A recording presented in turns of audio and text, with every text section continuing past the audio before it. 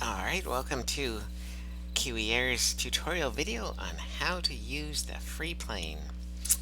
So, let's go flying today. First thing you want to do is find an airport. There's hundreds of them. I suggest a small, quiet one called St. Martin. And we will go there. Now, we don't actually want to land in the water. So we will click on the terrain there, and then click teleport.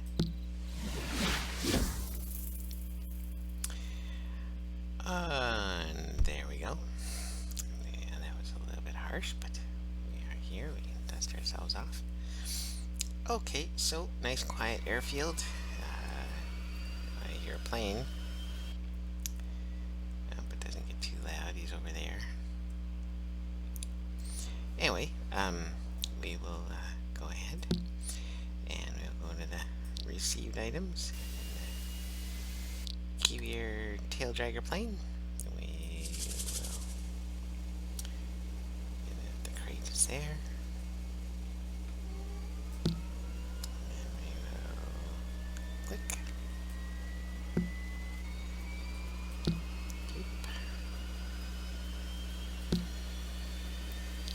Recent. Okay.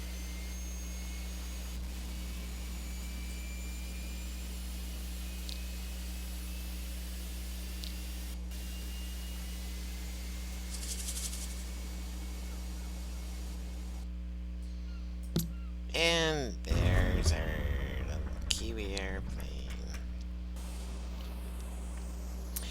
It's not actually pointed the right way, but that's not a problem. There are tools that enable us to steer around.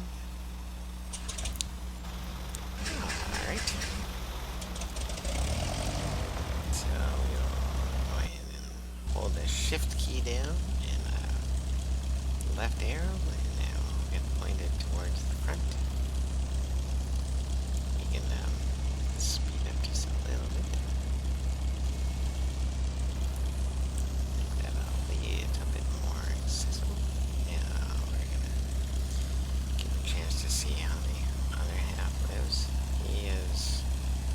Not doing some VTOL. That is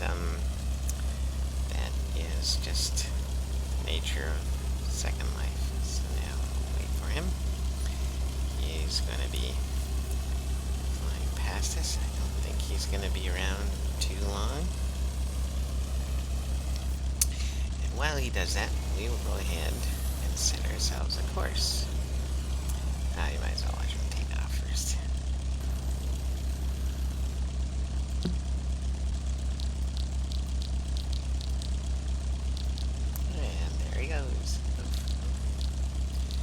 Gone. Pretty soon it'll be our turn.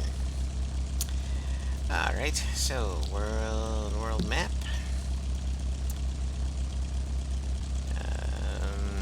Yeah, that was a demo flight that I tried where I lost sound. Anyway, okay, so now we zoom out. This is where we are. These are all the regions we can fly to, and what we are looking for is an airport. On the world map, it's not too difficult to tell what an airport looks like because you see them. The world map isn't a static map, it's like a satellite view, so it changes constantly as your surroundings change in Second Life. So we will take off down this runway here, and then we will point ourselves north, and we'll even get down this way. So I'll go ahead and close this up as low as it goes, and I'll keep it handy. And one more other thing we're going to want, because it's kind of like a radar, is the minimap. And if we keep the minimap open, then it'll give us an idea of who's around us and what direction that we're going. So that can zoom up too with the mouse wheel. And it'll also show us these sim lines, which is kind of important later. Alright, so with all that done, we will add a little bit of throttle. Now remember to hold the shift key when you use the left-right arrows, If you don't hold the shift key, it'll wobble like that. And that's for banking when you're in the air. But with the shift key down, it'll steer like it's on the ground. So we get maneuvered into our takeoff position on the runway. We can have a look and see where it is if you want. There it is there.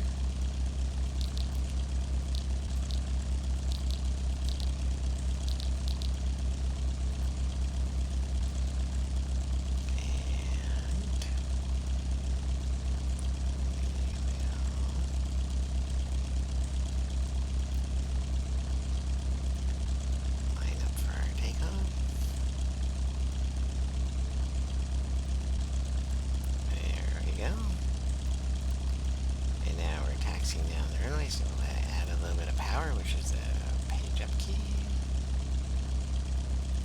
And it really doesn't have to be going very fast. This is an easy fly plane, perfect for photography or for pictures.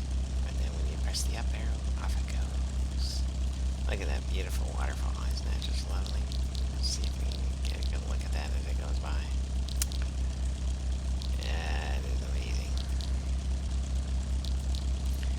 Some of the sights and scenery in Second Life are just breathtaking. Okay, so anyway, now we come to our first sim crossing, and sim crossing is here, and we try to always be perpendicular, stay out of the corners if you can. Corners are risky because you're actually going from one server to the next, and the server won't know you are. So now, which server you're headed to. So here we go. We are flying up north again.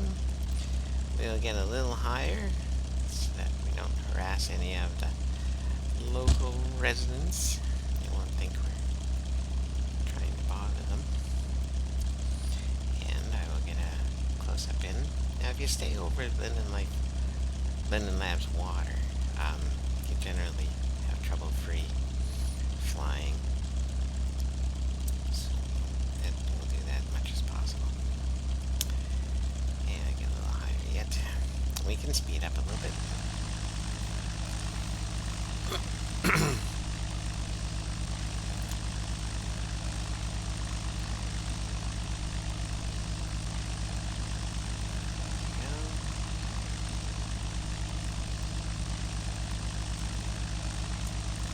Perpendicular, try to avoid control movements right as you go through sim crossing. Take you a little while to become comfortable with everything. Time of day might make for some interesting photos. Get the sunsets in the horizon.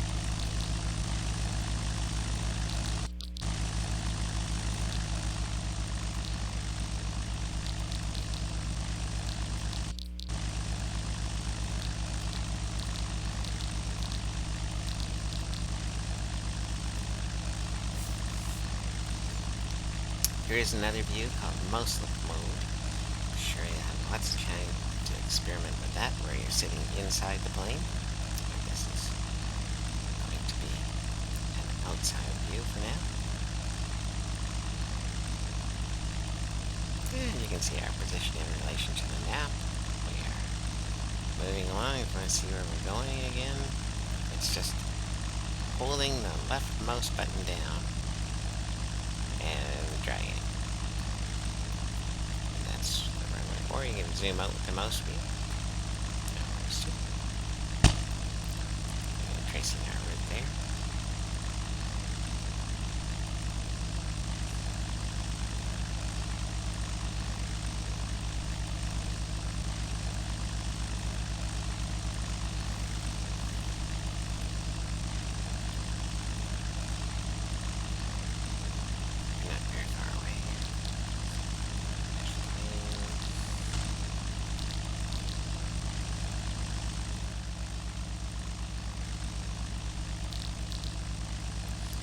Hundreds of airports to go to. Perhaps even more than that. They're a delight to find and visit all the different airports.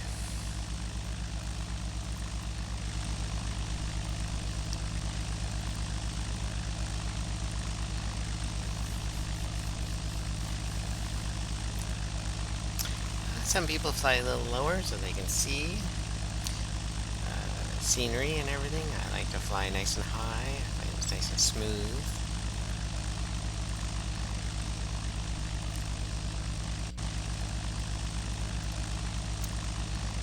Plane will go faster, but the slower you're going, the smoother the sim crossings are.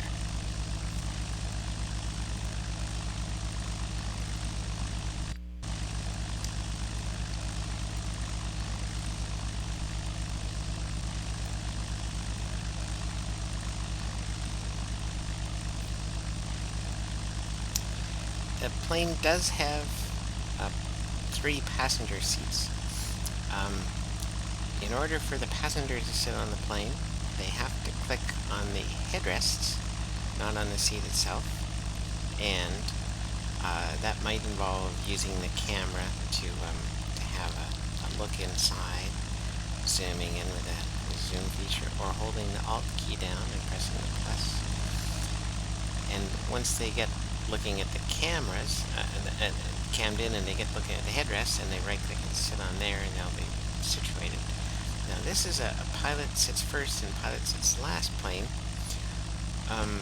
because it starts automatically. You don't have to type any chat commands or click on any menus to get the plane running. As soon as the pilot sits, the engine starts up, it's good to go. But if you have a passenger sits in, well, then the plane will shut off again. So you got to stand and then sit again, and the plane will start back up again once your passenger's seated, or it'll try to put him in the pilot spot. I hope that's crystal clear. If not, I'm sure you'll figure it out very soon when you start to fly. So we've had a pretty smooth daytime flight. We saw a plane take off. We waited our turn. And there's some beautiful picture opportunities. Photos. And this is our last sim crossing, and we are going to change direction now. Once again, try to stay off the control inputs as you go through a sim crossing, and then after you are crossed, you can start to fly. Some of the residents, they do complain if you get too low, so generally try to stay high enough not to bother anybody. Oh, there's a plane. There's a plane. Oh, he's faster than us. Let's see. Oh, look at that B-17. Wow. So we're in the same course as him. Oops, he's having issues at sim crossings. So we'll let him get ahead of us. We don't need to be in his way. We're probably going both to the same airport. So we'll just let him proceed to do his thing, and he'll disappear from view. As we get to our last sim crossing, we might just slow it down a little bit so we're not in his way. He's got his wheels down, and his flaps, he's going to slow down even more. That is the new Zora B-17, newly released in Second Life. So here we'll slow down a little bit. As you can see, this plane is super easy to fly. It doesn't have to be going very fast. It's an easy fly plane. So anybody can pretty well fly. Okay, now our runway, if we zoom in here, is going to start coming into view. Now we can see we're a little bit off center, so we'll get lined up at the first opportunity. The rest of it I'll res. That's just Second Life being the way it is. And then we will proceed to land. This is a huge runway. There's lots of room for corrections. You can use the rudder by holding the shift key down and correcting that way. And we are nicely lined up for this runway. And we had a delightful flight. B-17 bomber is still ahead of us, but out of our sight. And we can slow down a little bit if you like, but it's not going to affect the altitude of the plane too much. A little bit. Here we go. Here comes the ground. Maybe we'll run it up a little bit more. 17% it seems to need to fly. It's 17%. And there you go. You're in the air. I see on the mini-map something. I don't know where it is. There we go. And without fanfare, we are on the ground. Some planes have little tuffets of smoke and wheel sounds, and if I ever get that, I will make it available. But I haven't done that yet. So now, the runway approach pattern, where we want to go to, the Kiwi Air hangar is over here. That one there. So, what we will do, we will taxi along here. And then we'll go that way after. So our ramp is coming real quick. So we'll go that way. Remember to hold the shift key down. There's the bomber that landed in front of us.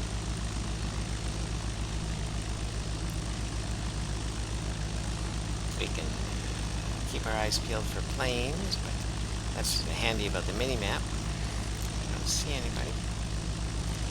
Have a last look at the bomber. And then we'll taxi over this way.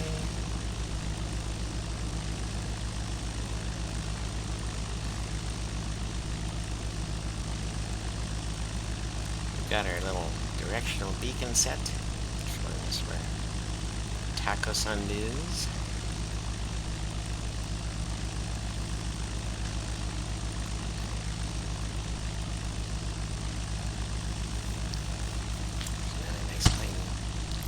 There, two of them. That looks like similar to the one that took off.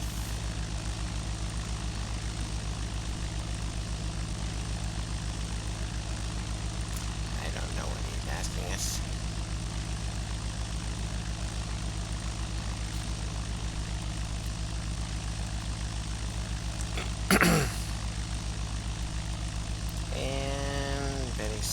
There's where that woman was standing when I did this first flight, so we'll avoid running her over.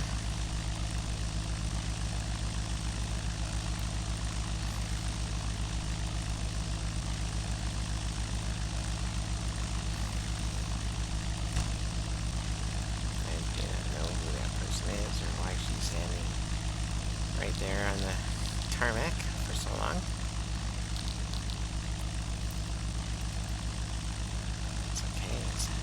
Minor departure. And the plane has performed admirably.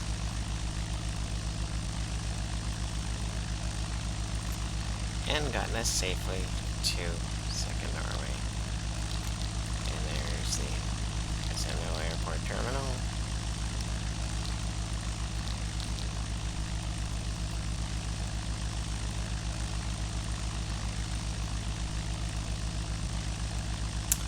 Sim lag. To do another sim crossing. Even at this slow speed, sim crossings can still be an issue.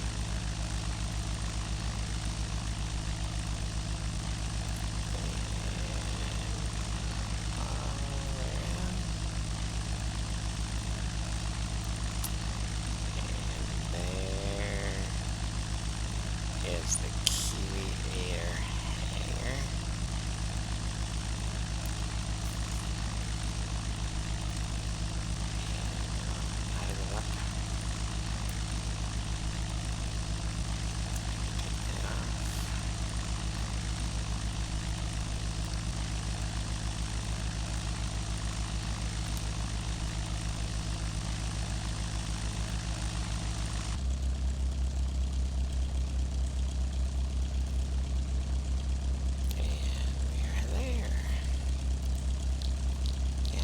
fly means easy to start and easy to stop as well.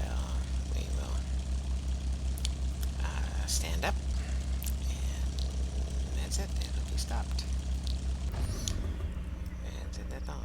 Now, in future releases, or it's fully modifiable. The plane is, so you can make the doors open, and you can make it more realistic and add spinning tires when they're on the ground and a whole bunch of other neat features, but that's pretty basic. But it should be enough to have a little bit of fun flying in Second Life, and it is free for your enjoyment. A gift from Kiwi Air, a group of sailing and flying enthusiasts that are here to help you with your next adventure if you're interested. In the meantime, have a great flight.